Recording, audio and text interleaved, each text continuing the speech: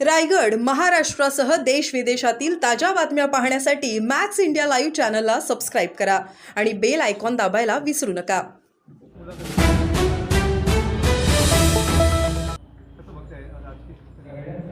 मनसे हा वैयक्तिक माननीय राजसाहेब ठाकरे यांच्या नेतृत्वाखाली चालणारा पक्ष आहे.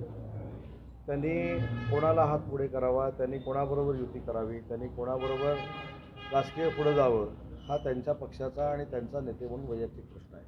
त्याच्यावर मी बोलणं अजिबात योग्य नाही. आम्ही शिवसेना म्हणून काम करतो, एकनाथ शिंदे साहेबांच्या नेतृत्वाखाली काम करतो. आम्ही शिवसेनेच्या एकनाथ शिंदे साहेबांनी घेतलेल्या निर्णयाला बांधील आहोत. त्याच्यामुळे राजसाहेबांनी काय करावं हा त्यांच्या वैयक्तिक पक्षाचा आणि त्यांचा प्रश्न आहे. अलीकडे तुमच्या पक्षाची पण त्यांची काही या संदर्भात चर्चा झाली का तुमच्याशी एकत्र येण्यासंदर्भात? आता पुढच्या 3-4 दिवसामध्ये तुम्हाला काही कळलं असेल तर मला माहीत नाही, परंतु 4 दिवसापूर्वी मी स्वतः माननीय एकनाथ शिंदे साहेबांबरोबर राजसाहेबांची भेट घेतलेली होती आणि त्याच्यामध्ये ती काय भेट होती, स्नेहभोजन कसं झालं, वंदनीय बाळासाहेबांच्या विचारावर चर्चा कशी झाली, त्यांच्या कार्यप्रणालीवर चर्चा कशी झाली, हे सविस्तर स्वतः माननीय एकनाथ शिंदे साहेबांनी देखील सांगितलं आणि मी देखील सांगितलं. महाराष्ट्राच्या अस्तित्वासाठी आमच्या दोघांमधील भांडणं ही किरकोळ विषय असल्याचं राज ठाकरे म्हणतात, म्हणजे उद्धव आणि राज यांच्यामध्ये. मी तेच सांगितलं की राजसाहेबांच्या मुलाखतीमध्ये राजसाहेब असं का म्हणाले हे राजसाहेबच सांगू शकतात ना, उदय सामंत कसं काय सांगू शकतात. त्याच्यामुळं माझी आपल्याला हात जोडून विनंती आहे, या संदर्भात राजसाहेबांची वेळ घ्यावी आणि त्यांची मुलाखत घ्यावी. तर उद्धव ठाकरे साहेब असं म्हणाले आहेत की दिल्लीवाल्यांच्या रागातूनच आमचं सरकार पाडलं गेलं. दिल्लीवाल्यांच्या रागातनं सरकार पाडण्यापेक्षा जे AIच्या माध्यमातून वंदनीय बाळासाहेबांचं भाषण दाखवलं गेलं, त्याच्यातलं एक भाग बाळासाहेबांच्या भाषणातून दाखवला गेला नाही, तो आपल्या सगळ्यांसाठी आणि महाराष्ट्राच्या दृष्टीच्या सगळ्या शिवसैनिकांसाठी महत्त्वाचा आहे.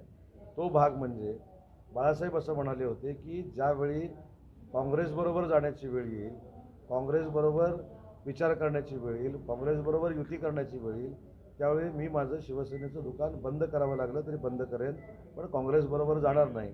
हे वाक्य काही लोक विसरलेले आहेत आणि ही सगळी मंडळी काँग्रेसच्या मांडीवर जाऊन बसली. 2-2.5 वर्ष आम्ही सगळे सांगत होतो की आपण नॅशनल अलायन्समध्ये आलं पाहिजे, ते आली नाही आणि म्हणून दिल्लीच्या नेतृत्वाच्या बरोबर आम्ही काम करतो, ठीक आहे, परंतु एकनाथ शिंदे साहेबांना त्यांचा स्वतंत्र विचार आहे, आम्हाला सगळ्यांना स्वतंत्र विचार आहे.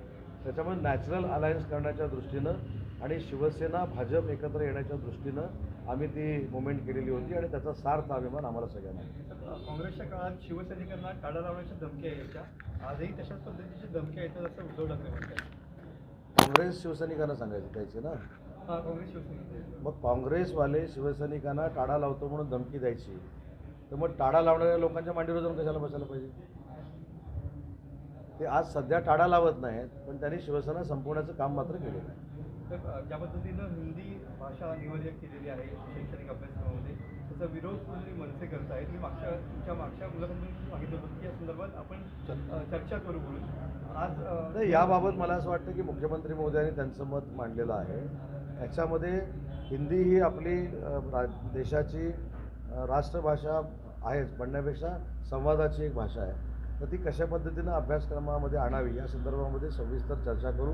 वेळ पडल्यास राजसाहेबांची भेट घेऊन देखील त्यांचं म्हणणं ऐकून घेऊ, परंतु याच्यातनं वादंग होणार नाही आणि आमच्या महाविकास आघाडीच्या लोकांना हातात कोलीत मिळणार नाही याची दक्षता आम्ही नक्की घेऊ.